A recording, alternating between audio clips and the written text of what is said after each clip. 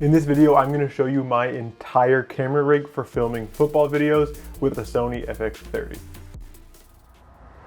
Hey, what's going on? My name is Peter Strellis. I'm a videographer and editor from Toronto, Canada. I specialize in sports videography, and specifically, I've been filming a lot of football for the past couple of years. And the way that I've filmed football has been progressively changing, but it's really changed this season where I've essentially redone my entire camera rig. I'm now using more stabilization. I'm shooting at a longer focal length amongst a bunch of other things. So in this video, I'm just gonna essentially build my camera rig from scratch in front of you so that you can see everything that I use and get a sense of the kit that I'm taking when I go to film football games. And it starts with a good foundation, a good base. And that is this Benro hi-hat. This is new. I haven't been using a hi-hat before. I was pretty much always just handheld before getting this thing, but I felt that this was a good addition. This is the hi-hat of my work. It's not my personal one, though I am looking at getting my own as well. So we're gonna put this down here and you can see this top angle, which is gonna kind of let you follow along as I build everything. This is our base. Next, we have this small rig fluid head tripod, and this is mine. I actually bought a full small rig tripod and it came with this fluid head, and now I move this fluid head back and forth between my tripod and this hi-hat because I just like how smooth it is, and it was on a more budget-friendly price, which I really appreciated for the quality. You have to kind of adjust these little knobs here, this one and this one, to determine the strength of your pans and your tilts. And sometimes it can be a little bit finicky, but for the most part, it's pretty good. And you just take this bit here and twist it right back on. And then your tripod is built out. Now let's get to the camera. So we actually have this Sony FX30. I'm no longer using the FX3 as my main camera. I'm actually using the FX30 as my main camera when I film football. And the FX3 has become my second camera. So most of my game action is filmed on this camera, and I really like it for the crop sensor because it lets me get that much more reach, so I can get really tight shots right into players' faces, which is a unique angle that you don't usually get. And I pair it with this Sony 100 to 400 millimeter f4.5 to 5.6.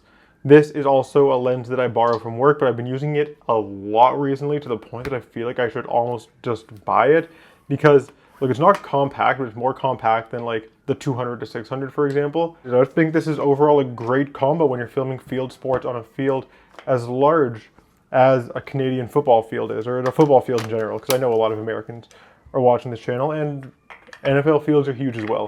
Also, I'm sorry if you can hear the siren that is blaring outside right now, but we're gonna power through. And so you would think that I'd take the tripod plate and just attach it to the bottom of this camera, but no, we actually have something to grab. This piece right here, it's actually two pieces. I'll take the rods out so you can see them, but they're both from Small Rig, and I'm gonna mention a lot of brands in this video, and Small Rig is gonna be one that gets mentioned quite a bit.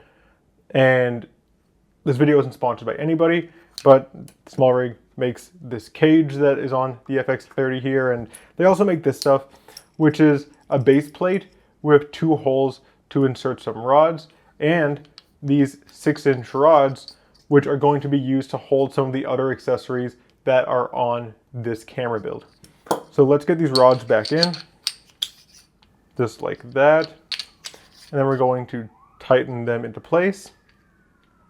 And then we're going to take our screw right here, and we're going to put it into this base plate where we've now added our rods.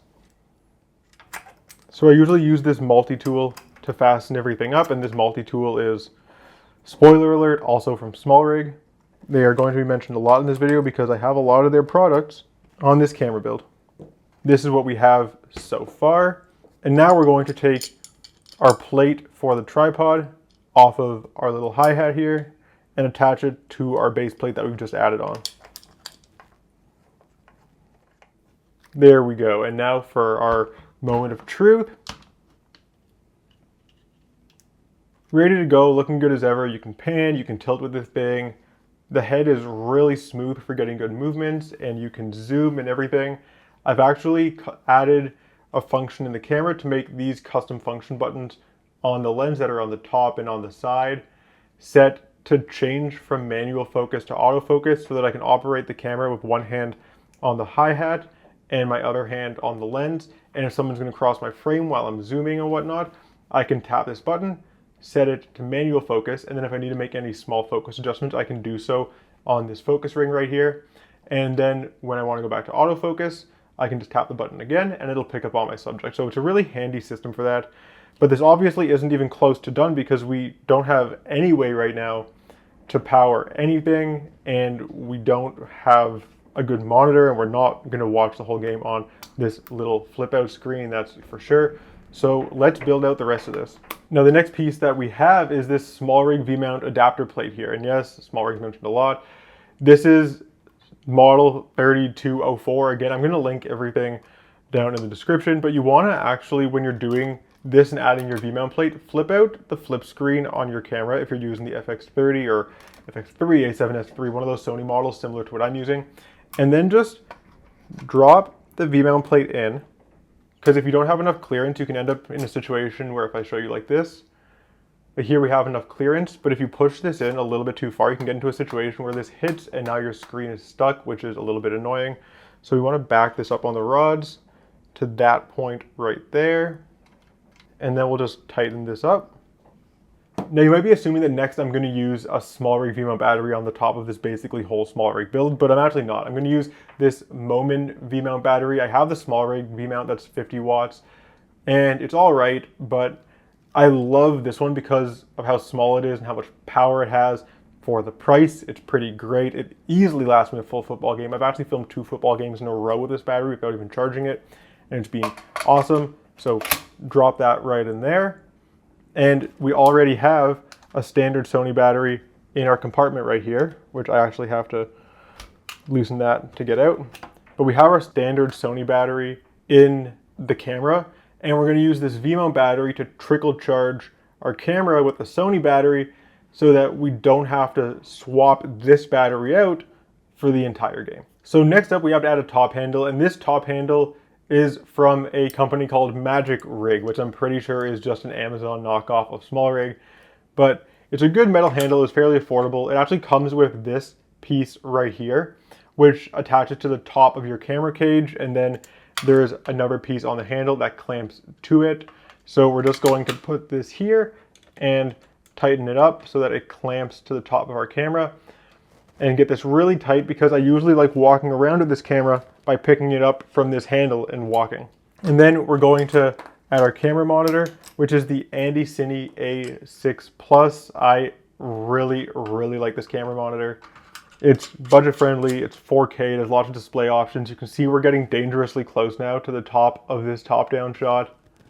And also you can see that my monitor needs to be cleaned really badly. There's a bit of permanent scuffing on it. I've put this thing through a lot, and filming football outside just does a number on your camera. But that's that. It also comes with this little Velcro piece here and this windshield. I've again broken this a little bit, so I have a piece of gap tape that I sometimes use to hold it in, but you can like clip that on. And I'm gonna throw my very janky piece of gap tape on the one corner where it no longer clips in because I broke it by accident. Can you even see me anymore behind this camera? I feel like I can just hide and this video is over. This is most of it. We're getting there. I promise we're doing really good. We're almost at the end. And then we need to power our monitor, and I could power the monitor from the V-mount, but I like the peace of mind of knowing that everything's just gonna last me and I won't need to change anything for the whole game. So I actually have one of these giant batteries. This is the, what is it? It's the NW-F970 battery from Newer. So I put one of these on the back of my monitor, and it lasts me very comfortably for an entire football game. I don't even need to think about switching the battery on my camera monitor when I put this thing on. So I just clip that in, and that runs my monitor for an entire game and makes sure that the V-mount can just power this camera and keep it at a full charge with the battery inside of it. Or I could just power everything off of the V-mount. I probably will set that up at some point, but this just seems more convenient for me, and I also don't mind the extra weight that it adds because it gives me a little bit more stability.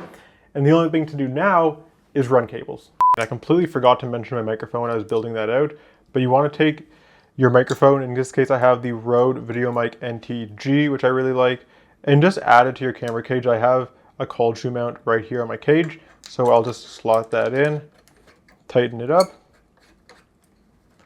and then take your 3.5mm jack and put it into the side of the camera. And that is it. Sorry, I forgot to mention the microphone, and back to the video. Now I've turned this to show the camera, so hopefully this all makes sense and I do it well. But we're gonna run an HDMI cable from the monitor right here, HDMI in, down into the camera itself, just like that. And then we're going to run the power cable for the camera from the V-mount battery itself, even though there are options to run power from the V-mount to the camera through the plate. And we're going to plug that into the camera right there. We got it. And that is pretty much it. At this point, you're good to just turn everything on and go. So we'll just move this right there so that the arm on this lens isn't getting in the way of our actual grip. And the final thing that you can do if you would like, and I usually do this because I make videos for YouTube, of course, is I'll grab a small rig magic arm. It's one of the $20, $30 ones, something like that, off of Amazon. And I'll attach it to the side of my camera cage just like this. And this gives us a pretty good option for filming behind the scenes content. So a lot of the times what I'll do with this magic arm is adjust it so that I have this piece facing up, tighten it into place, and I'll take my Insta360 1R, which I know is not the most recent 360 camera, but it's one that works really well for me. And I'll just screw that right on top of the magic arm. And now I have a camera that I can film behind the scenes content with. So that's my full rig for filming football videos. If you have any questions about it, drop it in the comment section. All the gear that I mentioned here is going to be linked in the description. If you liked this video, please subscribe to the channel because I post videography and video editing tips and tutorial videos similar to this on a regular basis. And I would love to have you around for this. But until next time, peace.